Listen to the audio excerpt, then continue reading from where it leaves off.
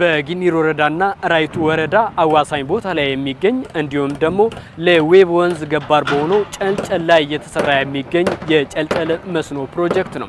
ይህ መስኖ ፕሮጀክት እዚህ አካባቢ ላይ ለመሰራቱ ዋነኛው ምክንያትም በአካባቢው ላይ የሚገኙ አርብቶ አደሮች ወደ ከፊል አርሶ አደርነት እንዲሸጋገሩና በአመት 2-3 ከዛም በላይ የእርሻ ስራን እንዲሰሩ እንዲያስችላቸው ነው። በዚህም ሳቢያ እዚህ አካባቢ ላይ የነበሩት አርብቶ አደሮች ወደ አርሶ አደርነት ተሸጋግረው ሰፊ ጊዜ እንዲያመርቱ የሚያስችላቸው የተለያዩ ሰብሎችን በማምረት ሀገር የያዘችውን የምግብ ሉዓላዊነት እንዲያሳኩ እገዛ እንዲያደርግላቸው የታቀደ ነው። ይህ አካባቢ የሚታወቀው የባሌ ዝቅተኛ ቦታ ላይና ቆላማ አካባቢ ነው ማለት ነው። ይሄ ቦታ በአብዛኛው ዝናብ በአመት 2 ጊዜ ቢዘንብን ግን በቂ ዝናብ የሚዘንብበት አይደለም። አንድ ሁለተኛ ደግሞ እዚህ ጋር አርብቶ አደር ከፊል አርሶ አደርም ናቸው ያሉት። ስለዚህ በቂ የሆነ ዝናብ ስለሌለ ያለውን ውሃ በመያዝ በመስኖ እዚህ አካባቢ ያለውን ልማት ብናካሄድ እዚህ አካባቢ ያሉ ማህበረሰቦች የመስኖ ተጠቃሚ እንዲሆኑና ልክ ደጋማ ፓርቱ ላይ ስንዴ እንደምናለማው እዚህም አካባቢ ደግሞ መልማት የሚችሉ ለማልማት ታስቦ ህብረተሰቡን ለመጥቀም ታስቦ የተሰራ ነው። ስለዚህ ወደ 4145 ሺህ ሄክታር ማልማት የሚችል ፕሮጀክት ነው ማለት ነው። በ2012 ዓመተ ምህረት የተጀመረው ይህ የጨልጨል መስኖ ፕሮጀክት በ3 ዓመታት ውስጥ ለማጠናቀቅ ታቅዶ ነበር ወደ ስራ የገባው። ይሁንና በተለያዩ ምክንያቶች በተለይም ደግሞ ከአካባቢው የመሬት አቀማመጥ አንጻር የተለያዩ ማሽኖች አስፈላጊ በመሆናቸው እንዲሁም ደግሞ በጊዜው ስራውን ለማጠናቀቅ ቃል ገብቶ የነበረው ኮንትራክተር ስራውን በአግባቡ ባለመወጣቱ ምክንያት የተራዘመ ነው። ይሁንና እነዚህን እልባት በመስጠት በተለይም ደግሞ ከውጭ ሀገር ለመጀመሪያ ጊዜ ኢትዮጵያ የገባን ማሽን በማከል እንዲሁም ደግሞ ኮንትራክተርን በመቀየር ጭምር አሁን ላይ የፕሮጀክቱ ሂደት በጥሩ አፈጻጸም ላይ እንደሚገኝም ጭምር ተነስቷል። በተለየ ሁኔታ እዚህ ፕሮጀክት ላይ ፕሮቫይድ የተደረገ አዲስ ነገር አለ። እሱም ምንድነው? የሲፔጅ ኮንትሮሊንግ ወይም ደግሞ ከስር የሚያልፈውን ውሃ የምንከላከልበት የስለሪ ዎል የሚባል የሲፔጅ ኮንትሮሊንግ ሜካኒዝም ነው እዚህ ላይ እየተጠቀምን የምንገኘው።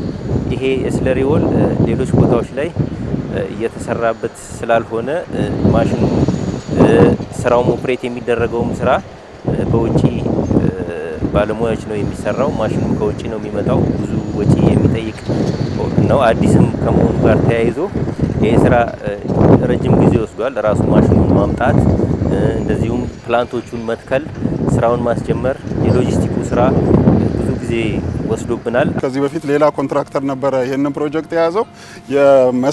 የመሰረት ስራውን መስራት ባለመቻሉ ያው ወደ አለማየሁ ከተማ ጠቅላላ ስራ ተቋራጭ ጨረታውን አሸንፎ ይሄንን ስራ ተቀብሏል። ይሄንን ስራ ሲቀበል የመሰረት ስራውን እንዴት እናስኬዳለን የሚለው በጥልቀት ካየ በኋላ በምስራቅ አፍሪካ የመጀመሪያውን የሆነውን ያያችሁትን ማሽን ከ1.2 ቢሊዮን ብር በላይ በማውጣት ለስራ አምጥቷል። ይሄም ደግሞ ረጅም የግዢ ሂደት ፕሮሰስ ፈጅቶ ነው እዚህ የደረሰው። ስለዚህ ያው ማሽኑ አሁን በእጃችን ነው።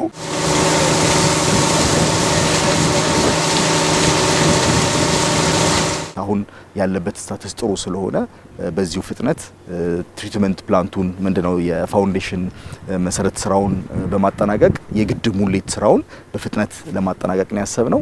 በሚኒስቴር መስሪያ ቤታችን እቅድ መሰረት በ2019 በጀት ዓመት ሙሉ በሙሉ ግድቡን ለማጠናቀቅ ነው እየሰራን ያለነው።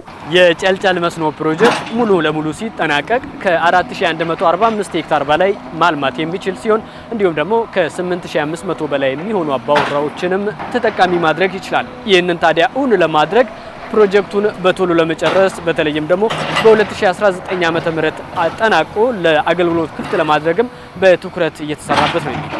ይህም ፕሮጀክት እንግዲህ ህብረተሰቡ ላይ ከፍተኛ የሆነ ለውጥ ያመጣል ብለን ነው። አሁን ባለው 4145 ሄክታር ነው ኦልሞስት 8000 አባወራና ከዛ በላይ ተጠቃሚ ማድረግ የሚችል ነው። የህብረተሰቡን ህይወት በከፍተኛ ሁኔታ መለወጥ የሚችል ነው። እኛም እንደ መስኖና ቆላማ ሚኒስቴር መስሪያ ቤት እንደ ሀገር ቆላማ አካባቢ ነው በቂ ሀብት ያለን መሬት አለ፣ ውሃ ያለው ቆላማው አካባቢ ነው። ስለዚህ ቆላማ አካባቢ ከምንሰራቸው ፕሮጀክቶች አንዱ ነው። በከፍተኛ ሁኔታ የህብረተሰቡን ህይወት መለወጥ የሚችል ፕሮጀክት ነው። ፕሮጀክቱ ሙሉ ለሙሉ ተጠናቆ አገልግሎት መስጠት ሲጀምር በአካባቢው ላይ የሚገኙ ማህበረሰቦችን በኢኮኖሚ እንዲሁም ደግሞ በማህበራዊ ከፍተኛ ፋይዳ ፋይዳዎችን ሊሰጣቸው እንደሚችልም እምነት ተጥሎበታል። በተለይም ደግሞ የተለያዩ አትክልትና ፍራፍሬን ጨምሮ ስንዴና በቆሎን በማልማትም ጭምር ሀገር የያዘችውን የምግብ ሉዓላዊነት ለማረጋገጥ ሚናቸውን እንዲወጡ ያስችላቸዋል። አርሶ አደሩ በቂ የሆነ ዝናብ ስለማያገኝ በቂ ምርት የሚያመርትበት አይደለም። ልክ እንደ ወልመል አካባቢ እንዳለው አብዛኛው በድጋፍ የሚቆይ አካባቢ ህብረተሰብ ነው ያለው። ይህን ደግሞ የህብረተሰቡን ህይወት መለወጥ ደግሞ ያስፈልጋል ማለት ነው። ከዚህ አንጻር መሬቱ ለም ነው፣ ውሃ ካገኘ ማምረት የሚችልበት ስለሆነ ህብረተሰቡን ወደ ልማት ለመውሰድ የመጣ